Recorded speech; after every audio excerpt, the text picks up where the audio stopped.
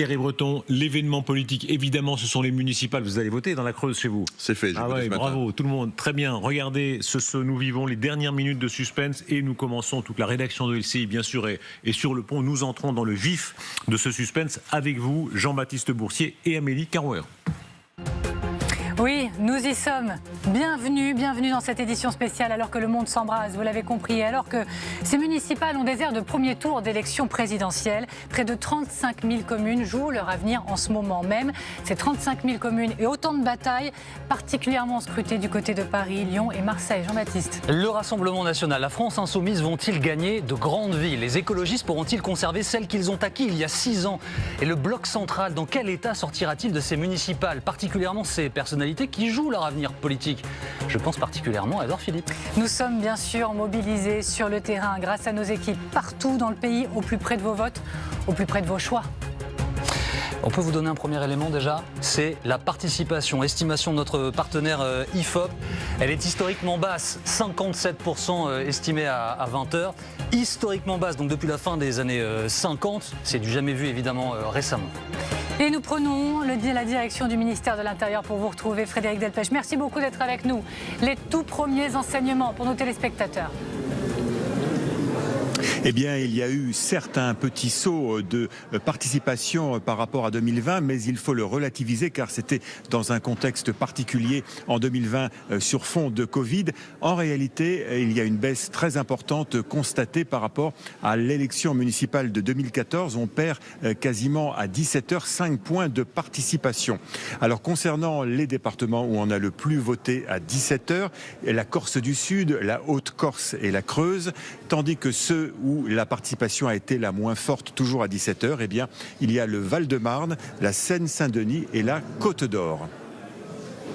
Merci beaucoup Frédéric Delpech en direct du ministère de l'Intérieur. Nos équipes sur le terrain et les meilleurs experts pour nous aider à mettre en perspective cette soirée électorale et les résultats qui nous parviendront, les estimations tout à l'heure à 20h.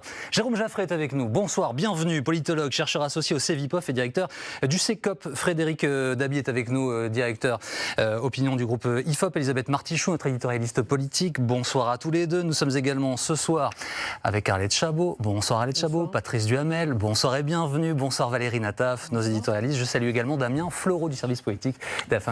Bonsoir. Alors vous allez comprendre avec nous, ces municipales, elles risquent d'être peut-être les plus impactantes sur une présidentielle de toute l'histoire. On est en pleine recomposition politique, ça ne vous a pas échappé. Et c'est un tour de chauffe pour pas mal de têtes d'affiche en vue de 2027. Et donc, bien sûr, on prend la direction du Havre.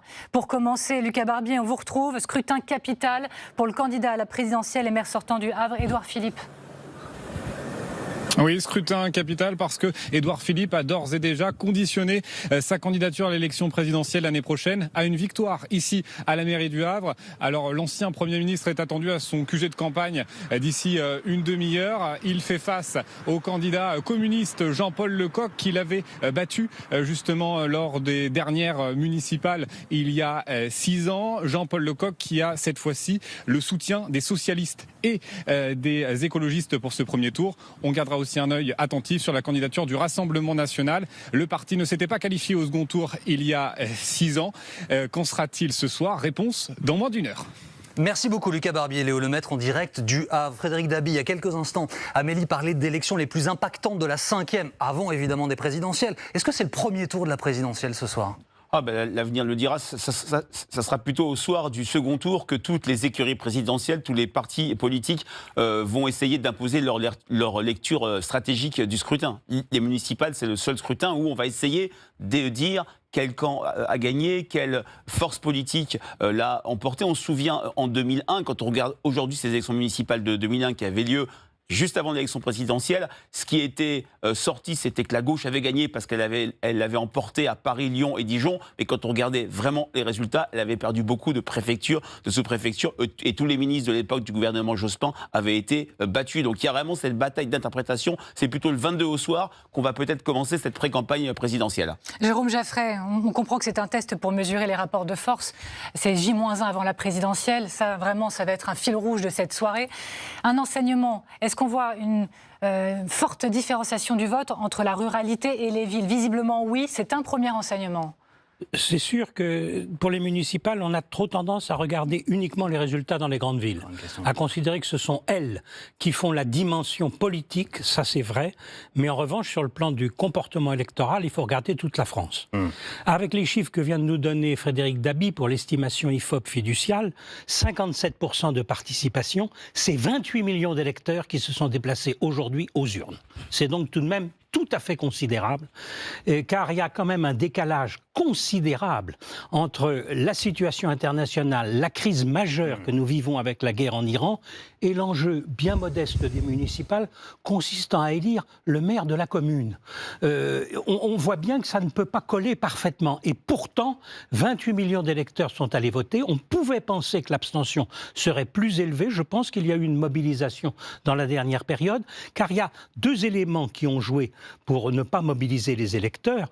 D'abord, la campagne a été un peu gommée par le fait que la guerre en Iran a occupé évidemment tout l'espace et médiatique et de vie des Français aussi par rapport à l'actualité. Et d'autre part, il n'y a pas la relation au pouvoir. Quand vous avez la mobilisation contre le pouvoir, Frédéric Dabi rappelait 2001, vous avez un enjeu. Oui. Mais là, le pouvoir s'est un peu caché et donc il n'y a pas cette mobilisation. Arlette Chabot, quel regard vous portez sur cette participation projetée, donc 57%? Moi, je trouve que c'est pas beaucoup parce que c'était quand même. Il y a deux élections que les Français aiment, c'est l'élection présidentielle parce qu'elle est majeure, et puis les élections municipales, le maire, la maire. On a fait des portraits formidables des maires, leur dévouement, on les salue, les Français les aiment, ils ont confiance en eux, alors qu'il y a la défiance à l'égard des autres élus, notamment des parlementaires et en premier lieu les députés. Et on se disait forcément ils vont aller voter.